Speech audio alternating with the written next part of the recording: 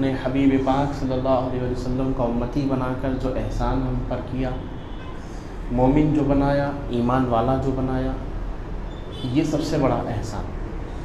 اس کے بعد جو احسانات کی فہرست ہے، اس فہرست میں سر فہرست جو احسان آتا ہے وہ اللہ تعالیٰ کے فضل و کرم سے کہ اللہ نے ہم کو علم عطا کیا،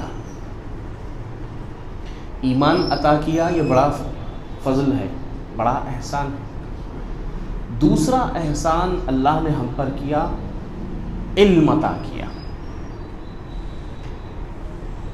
ہم کو علم کا راستہ بتایا۔ علم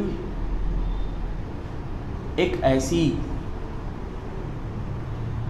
عجیب شے اللہ نے بنائی جس کو حاصل کر لینے سے آدمی مقام و مرتبے میں دیگر لوگوں سے بلند بنا دیا جاتا ہے، افضل بنا دیا جاتا ہے۔ اسی لیے حضور پاک صلی اللہ علیہ وآلہ وسلم نے ارشاد فرمایا، طلب العلم فریضۃ علی کل مسلم و مسلمۃ۔ بچپن سے یہ حدیث ہم کو پڑھائی جاتی ہے کہ تم علم کو حاصل کرو، کہ علم کا حاصل کرنا ہر مسلمان مرد عورت پر فرض ہے۔ اب سوال یہ پیدا ہوتا ہے کہ یہاں پر کون سے علم کی بات حضور نے فرمائی؟ یہ تو واضح ہے کہ ہر مسلمان مرد ہو یا عورت، علم کا حاصل کرنا اس کے لیے فرض بنا دیا گیا، ضروری بنا دیا گیا۔ لیکن حضور پاک نے کس علم کی طرف اشارہ فرمایا کہ طلب العلم فریضۃ، علم کا حاصل کرنا؟ تو یہاں جو علم مراد ہے وہ ہر طرح کا علم ہے، ہر قسم کا علم۔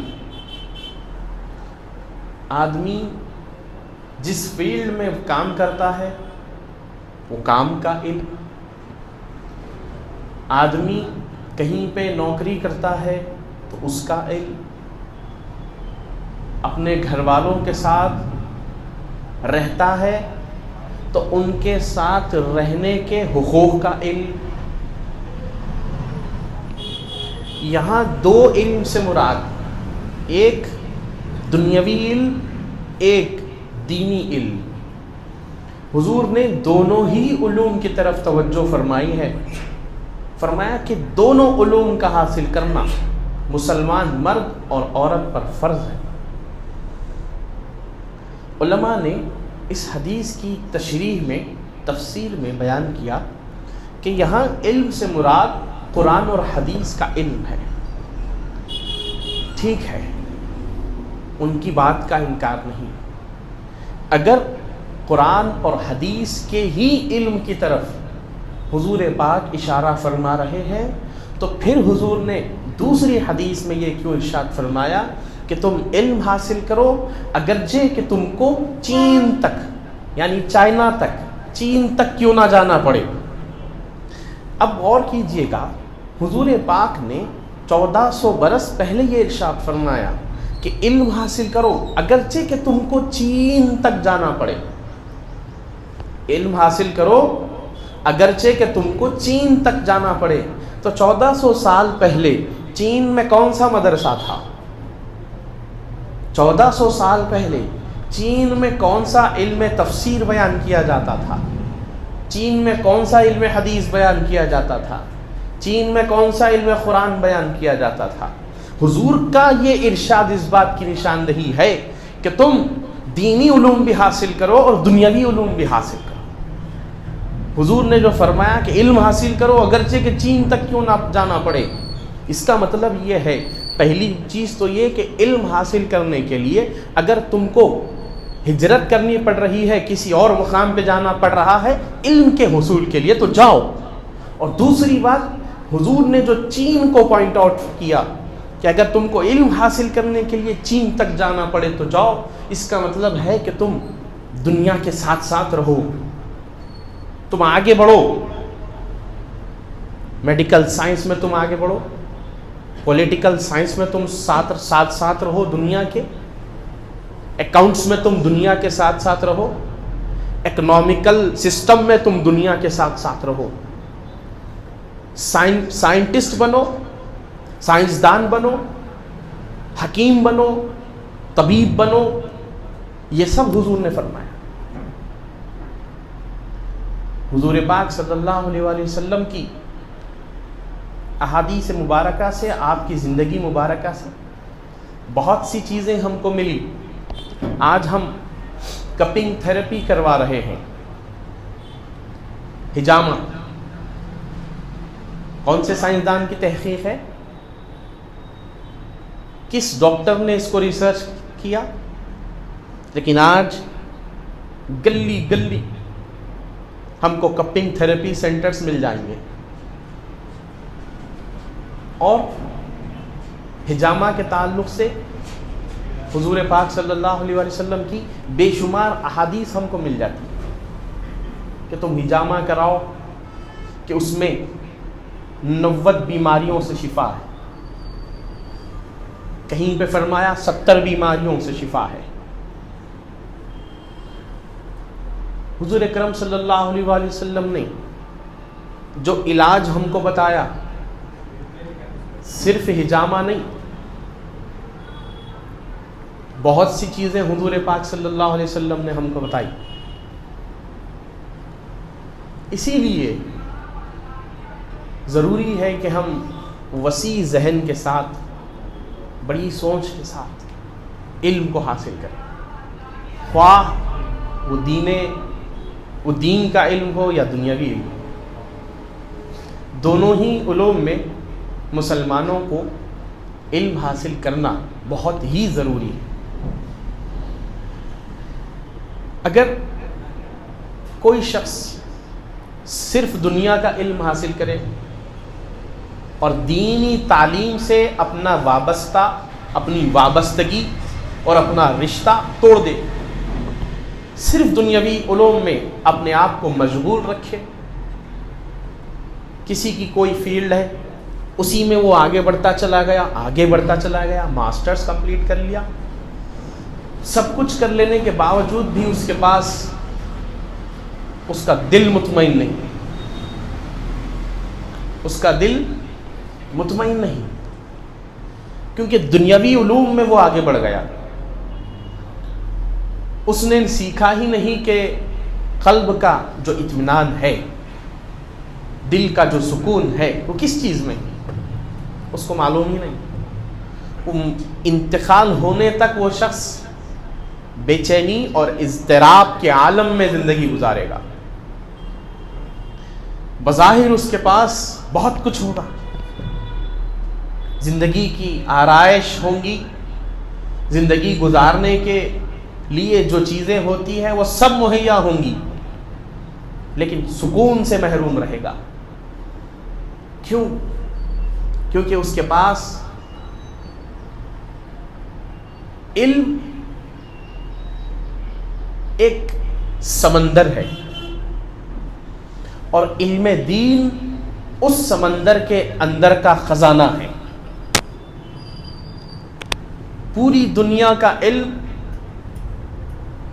کوئی بھی علم ہو سکتا ہے، بایولوجی، فزکس، کیمسٹری، زوالوجی، کوئی بھی علم، میتھمیٹیکل، کوئی بھی علم ہو سکتا ہے۔ یہ سارے علوم ایک سمندر ہے، لیکن اس سمندر کے اندر کا جو خزانہ ہے وہ علم دین ہے۔ آدمی سمندر میں غوطہ زن تو ضرور ہو سکتا ہے، لیکن کسی کو خزانہ ہاتھ لگ جائے تو اس کے کیا کہنے۔ اور اسی طرح کوئی شخص اگر صرف دین کا علم حاصل کرے اور دنیاوی علوم پہ توجہ نہ دے جب دین کا علم حاصل کر لے گا، صرف اور صرف دین کا علم حاصل کر کے اپنے آپ کو علم والا سمجھے گا تو پھر وہ لا علم ہے. کیونکہ جب وہ دین کے علوم میں ماہر ہو جائے گا، دنیاوی علوم سے محروم رہے گا. اس کو نہیں معلوم کہ تجارت کیسے کی جاتی ہے، اس کو نہیں معلوم کہ کون سی فیلڈ میں کون سا سبجیکٹ پڑھنے سے جاب ملتی ہے، اس کو نہیں معلوم. اس کو نہیں معلوم کہ زندگی کیسے گزاری جاتی ہے. طور طریقے الگ چیز ہیں، زندگی کے جو ذمہ داریاں ہیں وہ الگ چیز ہیں. بہت گہری بات میں آپ کو بتانے جا رہا ہوں. اگر آدمی صرف دین کا علم حاصل کر لے گا اور دنیاوی علوم سے اس لیے پرہیز کر لے گا کہ میرے پاس تو دین ہے، میں دنیا لے کے کیا کروں، تو پھر وہ شخص ملت اسلامیہ کے لیے ایک خطرہ بن جائے گا. کیسے؟ وہ ایسے کہ وہ اپنا ایمان بیچے گا، وہ اپنا دین بیچے گا، وہ دین بیچے گا، ایمان بیچے گا. وہ امت مسلمہ کے لیے خطرہ بن جائے گا. اگر وہ حافظ قرآن ہے اور ساتھ ساتھ میں ڈاکٹر ہے تو وہ قرآن نہیں بیچے گا، اپنی ڈاکٹری سے پیسے کمائے گا. اگر وہ عالم دین ہے اور ساتھ ہی ساتھ وہ چارٹرڈ اکاؤنٹنٹ ہے تو وہ اپنی جاب سے پیسے کمائے گا، دین سے نہیں کمائے گا. ہمارے بڑے اکثر فرمایا کرتے تھے کہ اگر دین بیچ کے پیسے کمانا ہے تو اس سے اچھا ہے کہ دینداری چھوڑ دو، کوئی کاروبار سے لگ جاؤ. دین مت بیچو، قرآن کا علم مت بیچو، احادیث کی تعلیم مت بیچو. جب آدمی صرف دین کی تعلیم حاصل کرے گا اور دنیا سے رشتہ توڑ لے گا تو پھر وہ قرآن کا علم بیچے گا، وہ حدیث کا علم بیچے گا، وہ دین بیچے گا، وہ ایمان بیچے گا. اور جو شخص دونوں ہی چیزیں حاصل کر لے گا تو امکان ہے کہ وہ دین نہیں بیچے گا، امکان ہے کہ وہ اپنی دنیاوی علوم سے پیسہ کمائے گا. آدمی کو براڈ مائنڈڈ ہونا چاہیے، ذہن کو وسیع ہونا چاہیے، ذہن کو کھولنا چاہیے. آج ہم سمجھتے ہیں کہ 3 بجے بچہ گھر کو آ جاتا ہے اسکول سے، پھر اس کے بعد ٹیوشن ہے 1-2 گھنٹے، بیچ میں آدھا گھنٹے کا بچے کو گیپ، پھر 4-5 بجے سے ٹیوشن لگا دیے، پھر بچہ آیا شام میں 7-8 بجے، پھر مولوی صاحب کو لگا دیے 1 گھنٹہ. اور ہم یہ سمجھ رہے ہیں کہ ہم پورا حق ادا کر رہے ہیں بچوں کی تربیت کا اور تعلیم کا. اگر میں ان بچوں سے کھڑا کر کے پوچھ لوں کہ جن کی روزانہ کی یہی روٹین ہے کہ وہ 3-4 بجے گھر کو واپس آ رہے ہیں، پھر ٹیوشن جا رہے ہیں، آنے کے بعد پھر مول صاحب کے پاس پڑھ رہے ہیں، پرواہ نہیں 5 سال مول صاحب کے پاس پڑھے ہوں گے، اگر میں ان کو اٹھا کے پوچھ لوں کہ استنجا کے مسائل کیا ہیں، نہیں بتا پائیں گے. غسل کے فرائض اور واجبات اور سنتیں کتنی ہیں، نہیں بتا پائیں گے. نماز جنازہ کا طریقہ نہیں بتا پائیں گے. پھر 5 سال مولوی صاحب نے جو روز 1 گھنٹہ اس کو تعلیم دی ہے، کس چیز کی تعلیم دی؟ الف با تا سا، اس کی تعلیم. اور اس کے مولوی صاحب نے پیسے لیے آپ سے. یہ مسلمانوں کے لیے اتنا شرمناک پہلو ہے کہ اگر سوچو تو چلو بھر پانی میں ڈوب جاؤ. 5 سال پڑھنے کے بعد بچے کے پاس صرف الف با تا سا کا علم ہے تو اس سے اچھا ہوتا کہ گھروں میں ہم مول صاحب کو لگانے کے بجائے خود بچوں کو پڑھا لیتے. اگر یہی مول صاحب سے پڑھانا ہے تو ٹھیک ہے. علم کیا حاصل کیا؟ بچوں میں تعلیم اور تبدیلی کیسے آئی؟ تعلیم کا اثر کردار سے محسوس ہوتا ہے، بچوں کی گفتگو سے محسوس ہوتا ہے. بچوں میں اگر تبدیلی نہیں ہے تو تعلیم اثر نہیں کر رہی. بچوں میں اگر کوئی تبدیلیاں نہیں آ رہی ہے، وہی باتوں میں وہی جہالت، وہی انداز و کردار میں بد اخلاقی، تو پھر تعلیم کہاں ہے، تربیت کہاں ہے؟ تو پھر کہنا پڑے گا کہ یہاں غلطی مول صاحب کی نہیں، یہاں غلطی اسکول والوں کی نہیں، یہاں غلطی ٹیوشن ٹیچر کی نہیں، یہاں غلطی والدین کی ہے. ماننا پڑے گا کہ غلط والدین ہیں. جو والدین یہ سمجھ رہے ہیں کہ ہم بچوں کو اسکول میں ڈالنے کے بعد ٹیوشن میں ڈال دیں گے، ٹیوشن سے آنے کے بعد منصاب لگا کے عربی پڑھا دیں گے اور ہمارا دنیاوی تعلیم کا بھی بچوں پہ حق ادا ہو جائے گا اور دینی تعلیم کا بھی حق ادا ہو جائے گا، تو پھر یہ ماں باپ بہت بڑی غلطی کر رہے ہیں، بہت زیادہ خسارے میں ہیں. کیوں؟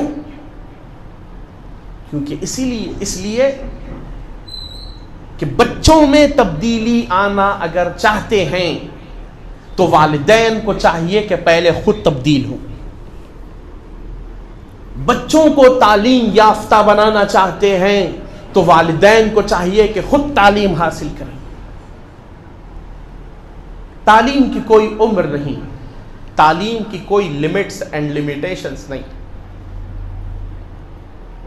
علم نہ بوڑھا ہوتا ہے نہ کسی کو ہونے دیتا ہے.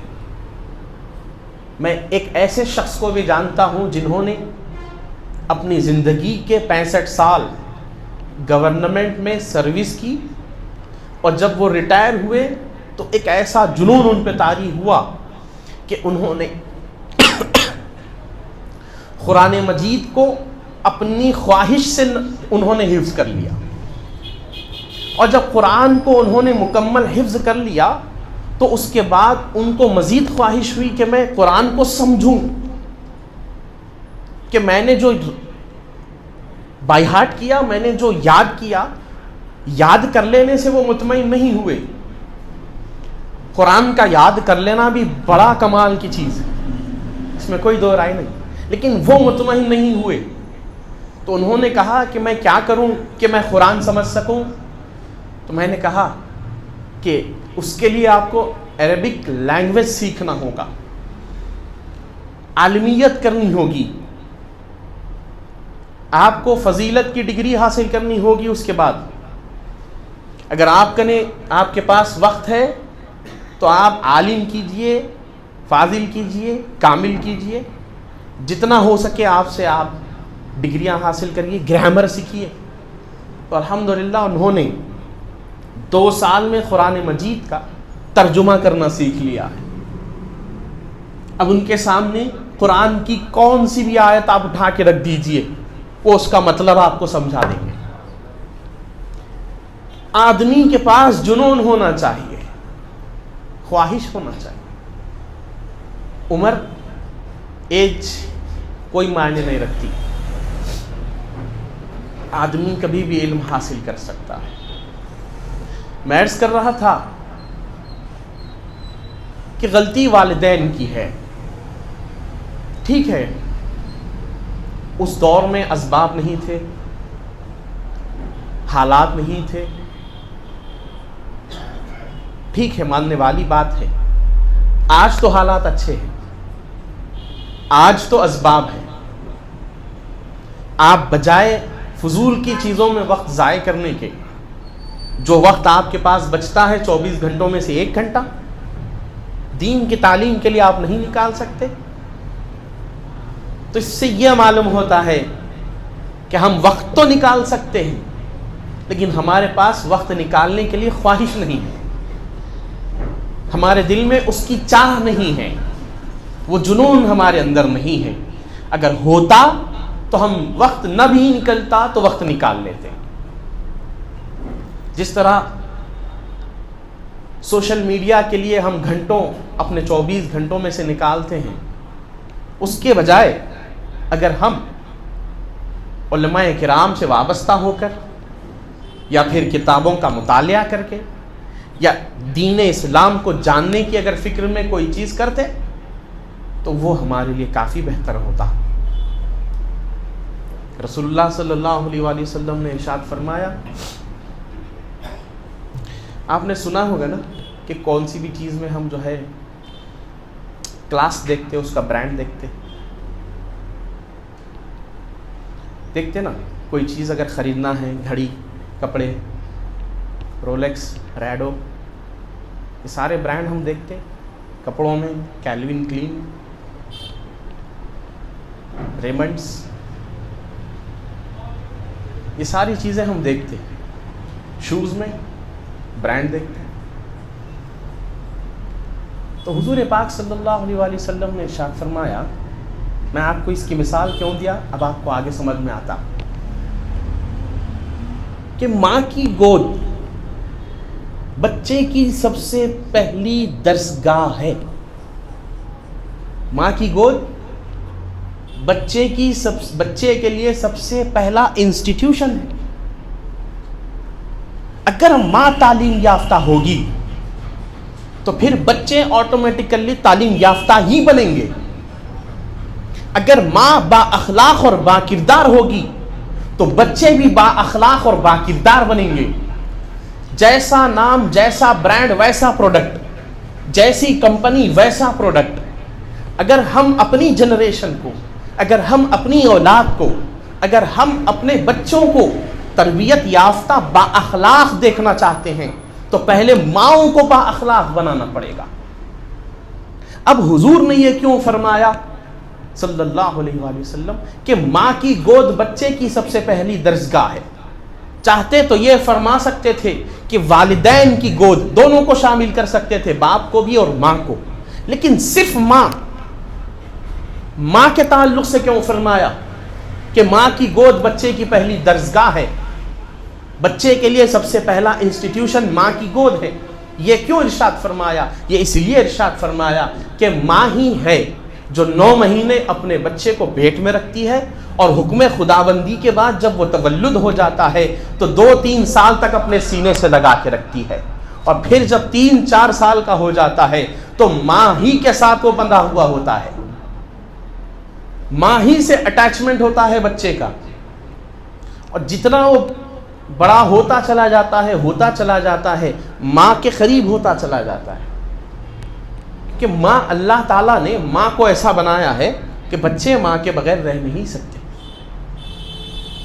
آج کے دور میں ماؤں کے ساتھ کیا بیہیویئر ہے یہ میں نہیں جانتا، لیکن حقیقت میں جو ماں اور بیٹے کا رشتہ ہے یہ بہت ہی اٹوٹ رشتہ ہے، اس کو کوئی نہیں توڑ سکتا، ایک عجیب اور خوبصورت رشتہ ہے۔ ماں اور بیٹے کا وہی رشتہ ہے جو ایک جھاڑ کا اپنی جڑ سے ہوتا ہے۔ جھاڑ خراب ہو جائے تو جڑ سڑ جاتی ہے، یا جڑ خراب ہو جائے تو جھاڑ خراب ہو جاتا ہے، دونوں کا ایک ہی رشتہ ہے۔ اور کسی نے تو کیا خوب کہا کہ دنیا کا ہر شخص ہر رشتے کو زوال ہے، کوئی بھی کسی کو بھول سکتا ہے، خواہ کوئی کسی سے کتنی محبت ہی کیوں نہ کرے وہ اس کو بھلا سکتا ہے، انسان کی فطرت میں اللہ نے بھولنا بھی رکھا۔ لیکن اگر ماں ایک ایسی واحد شخصیت ہے، ماں جو اگر پاگل بھی ہو جائے تو اس کو اپنے بچے یاد رہتے ہیں، وہ کبھی نہیں بھلا سکتی۔ تو رسول اللہ نے کیوں ارشاد فرمایا صلی اللہ علیہ وآلہ وسلم کہ ماں کی گود بچے کی پہلی درسگاہ ہے؟ یہی وجوہات کی وجہ سے۔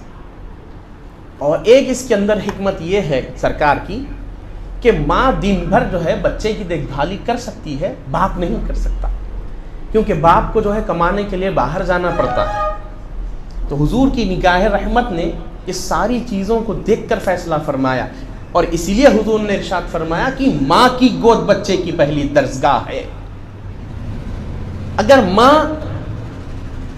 کسی نے کیا خوب کہا کہ بچوں کو اگر دیکھو کہ وہ با اخلاق ہے تو ان کی ماں کے اخلاق کا اندازہ لگا لو، بچوں کو دیکھو کہ وہ بد اخلاق ہے تو پھر ان کی ماں کا اندازہ لگا لو۔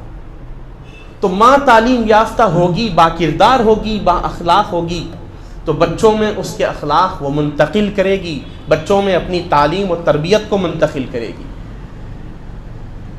تو لہٰذا اپنے گھر کی خواتین کو تعلیم یافتہ بناؤ، اپنے گھر کی خواتین کو با اخلاق بناؤ، اپنی بیٹیوں کو، اپنی بہنوں کو، اپنی ازواج کو، سب کو با اخلاق بناؤ، با کردار بناؤ۔ اگر یہ معاشرے میں خواتین اگر سدھر جائیں گی تو مجھے یقین ہے کہ ہمارا پورا معاشرہ سدھر جائے گا۔ لیکن پہلے شرط ہے خواتین کو سدھارو۔ ان کو سدھارنے کے لیے کیا کرنا ہے؟ ان کو با اخلاق بنانا ہے، اور ان کے پاس اخلاق آنا تو پھر اس کے لیے کیا کرنا؟ ان کو دین سکھانا، ان کو حضرت عائشہ صدیقہ کی سیرت پڑھانا، ان کو سیدہ بی بی خدیجۃ الکبریٰ کی سیرت پڑھانا، ان کو سیدہ کائنات بی بی فاطمہ الزہرا سلام اللہ علیہا کی سیرت پڑھانا۔ یہ مقدس خواتین کی زندگی جب یہ پڑھیں گی خود بخود ان کی زندگیوں میں تبدیلی آئے گی۔ دین سکھانا اپنی عورتوں کو۔ آپ جمعہ میں آتے ہیں، سن لیتے ہیں، آپ کو موقع ملتا 8 دن میں ایک بار اپنے علم میں اضافہ کرنے کا۔ خواتین کیا کریں؟ خواتین کے لیے ایسا کوئی موقع نہیں ہے۔ نہ خواتین کسی غیر محرم کی آواز سن سکتی ہے، نہ کوئی غیر محرم مرد کسی غیر محرم عورت کی آواز سن سکتا ہے، تو پھر وہ کیا کریں؟ تو خواتین کے لیے جو گھر کے بڑے ہیں، جو گھر کے ذمہ دار ہیں، ان کی ذمہ داری ہے کہ وہ ان تک اسلام کی تعلیمات کو پہنچائیں۔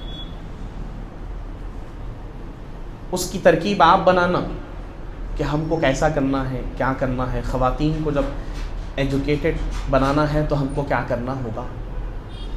ہم دنیاوی علوم کے معاملے میں نہیں سوچتے۔ بچی کالج کو جا رہی، نظر انداز کر دیتے، چھوڑ دیتے۔ میری بچی پہ میرے کو پورا بھروسہ ہے، میری بہن پہ پورا بھروسہ ہے، اور کرنا بھی چاہیے، بہت اچھی بات ہے۔ لیکن جب دینی علوم کی بات آ جاتی وہ بھروسہ کہاں چلے جاتا، وہ ٹرسٹ کہاں غائب ہو جاتا ہے۔ تو میں بہت ہی عاجزانہ آپ سے اپیل کروں گا کہ اگر اپنے گھر کے بچوں کو تعلیم یافتہ بنانا ہے، اور یقیناً ہم کو بنانا ہے، تو پہلے گھر کی خواتین کو تعلیم یافتہ بنانا ہوگا۔